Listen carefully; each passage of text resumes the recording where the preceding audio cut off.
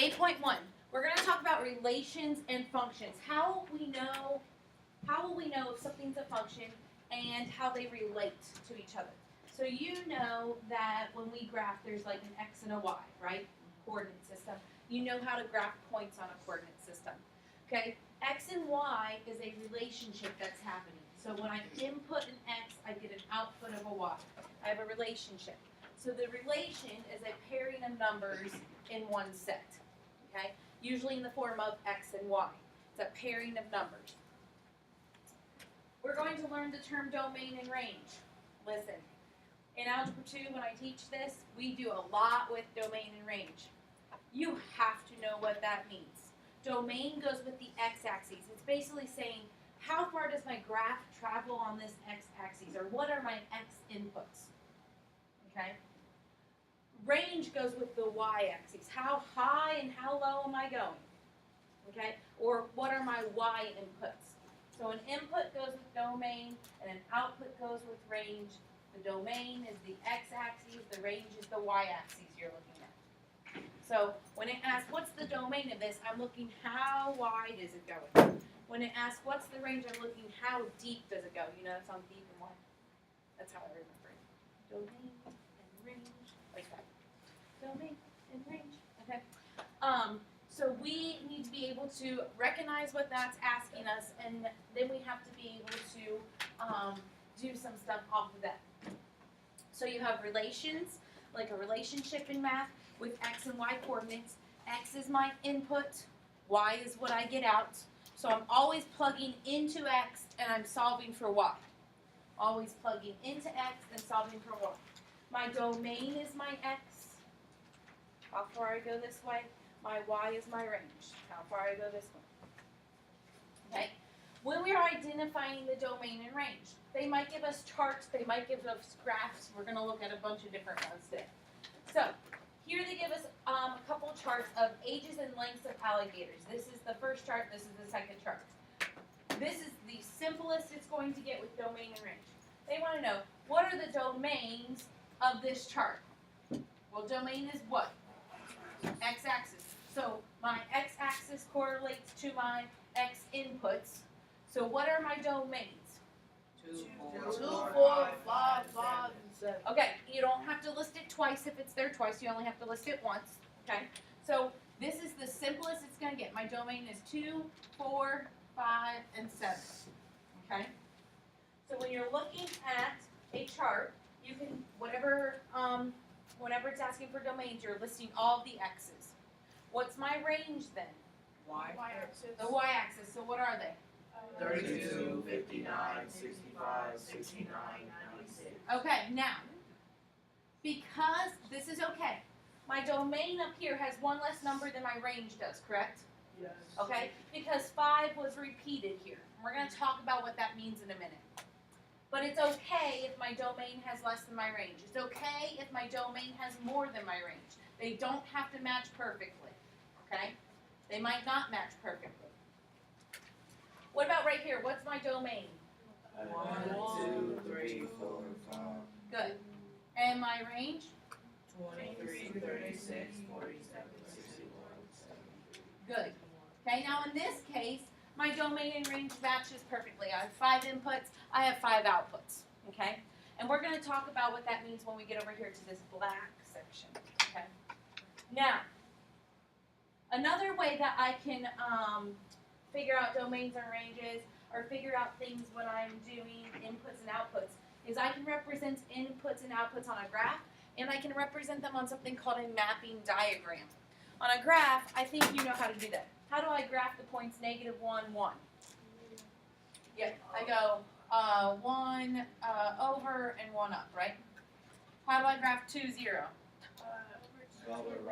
Okay, to the right 2, and then just plot that point. 3, 1. How do I do that? Overwrite 3 times up 1. Good. How do I graph 3, 2? Same thing what you wrote. But I go up 1 more, and how do I graph 4, 5? You go up 4, you go up 4, and then you go up 5. Okay, good. So we know how to graph points on a graph, yes? But you have not seen mapping diagrams before, correct? Okay, so in a mapping diagram, what happens is I have one side that's my input and one side that's labeled my output. Okay? So if I'm using these same numbers here, what goes into my input column? The negative. Negative 1, 2, 3, 3, 4. okay. And I have 3 twice, so I only have to list it once. Okay? Now what goes into my outputs? 1, 0, 0, 1, 1, 2, 2, and 5. Okay. But you Now- got listed twice, right? I'm not done with my mapping diagram. Okay? The next step is to draw arrows from my inputs to what it matches on my output. Okay? So negative 1 matches with what? 1. So I'm going to go like this. What does 2 match with? 0. What does 3 match with? 1, And what else? 2, right? 2. Oh, we listed 1 Just do twice. one. Just do We one. don't have to list That's 1 fine. twice. That's fine. It's okay. Sorry, I thought you meant on this side. Okay, so I can list 1 once. Okay, so 3 matches with 1 and with what else? 2. 2. And what does 4 match with? 5. Okay, That's and this one is going to point down here to this one. Okay. Now, here's the deal. When you are writing your inputs and outputs, I need them in order from least to greatest. Both sides. Does that make sense? So you're not writing like negative 1, 1 here, if that's the first point. You're going through all the x's and writing them least to greatest, and then you're going through all the y's and writing them least to greatest. Then we come back and put our arrows to where they need to go. Yeah, that's why I erased the one on top. Okay, Josh, you have a question? Here's. Okay. So I took these points up here, yes, and my inputs go with my domain, and my domain is my x. X. Domain is x. Okay? And you're always going to list domain or your input first, because we always deal with x, because we plug x in to get y out. Okay? So I make, on a mapping diagram, I make 2 charts, one that says input and one that says output. Input is my x, output is my y. I go up here and I look at my x's. Negative 1, 2, 3, 3, and 4. If the numbers repeat, I do not write them twice. I only write it once. In this column, I go least to greatest.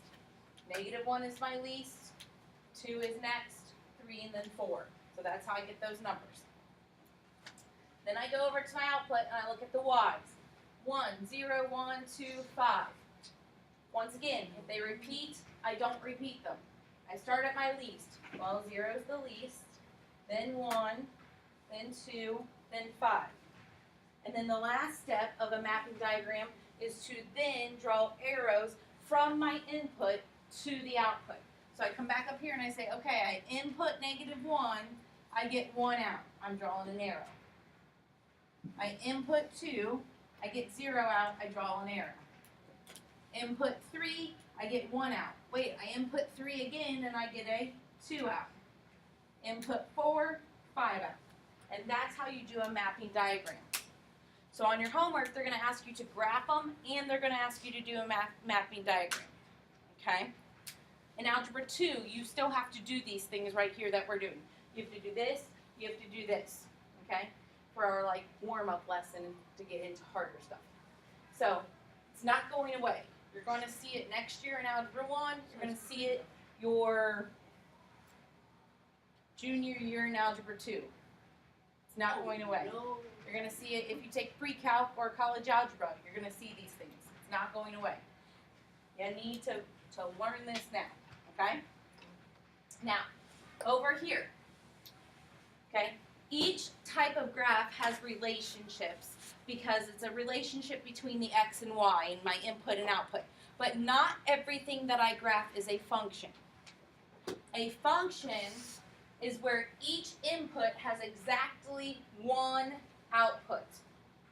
Each input has exactly one output. Okay? So, we're going to look at these tables again. I just rewrote them over here. And we're going to decide if the relation is a function or not. Okay?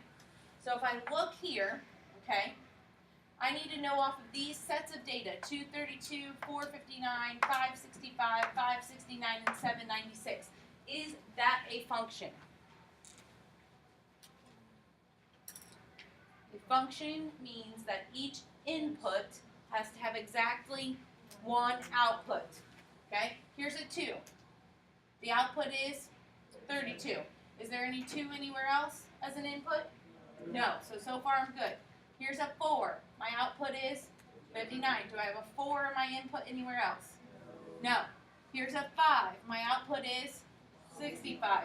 Do I have a 5 as an input anywhere else? Yes. Does it have a different number than the original output?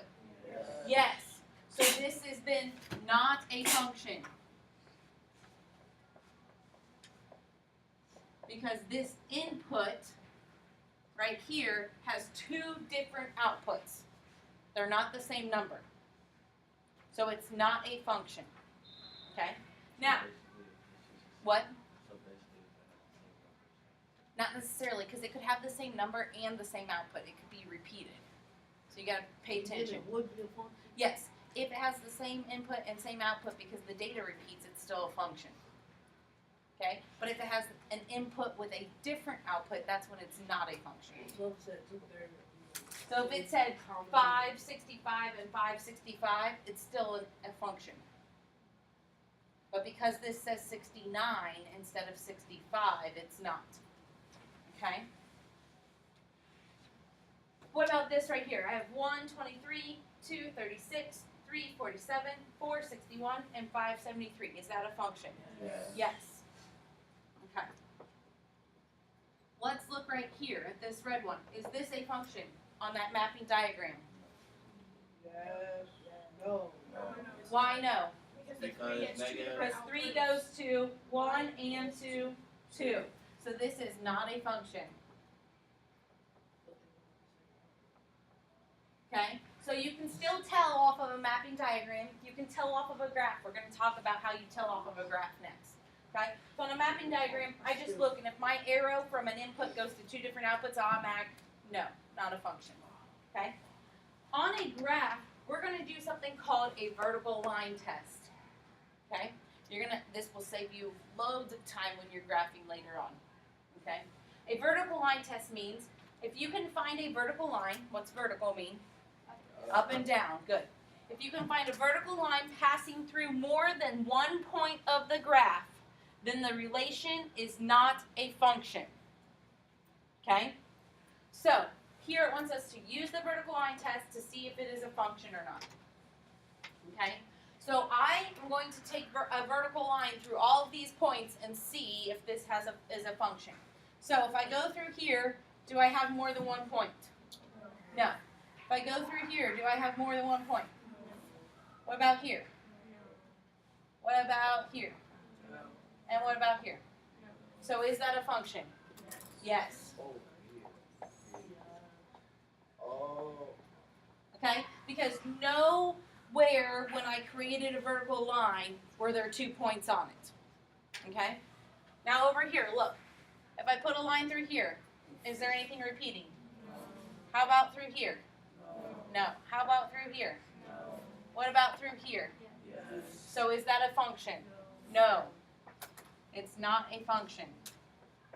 Because once again, I have my input of 3 twice, and I have 2 different outputs. I have an output of 1 and an output of -2. Okay? So vertical line test allows me to determine if it's a function or not. Yes? So what if they have like the same input?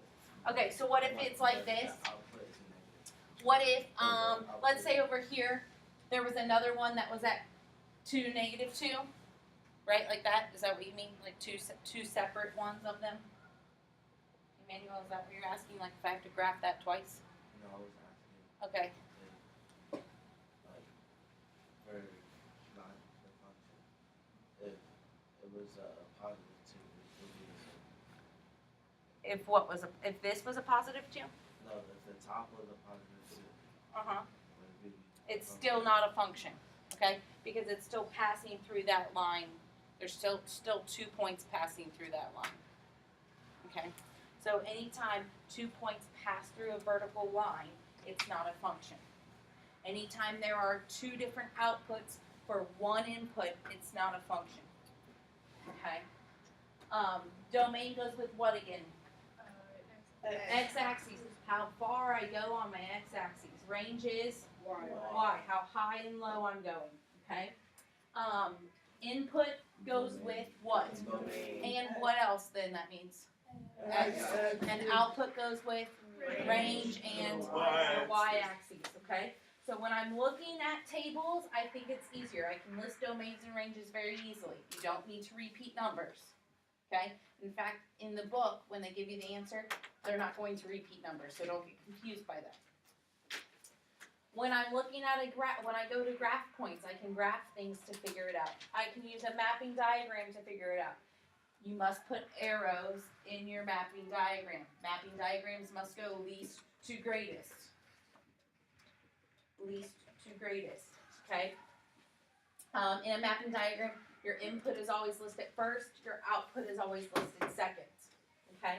When we are trying to tell if something is a function, it has to have exactly 1 output for every input.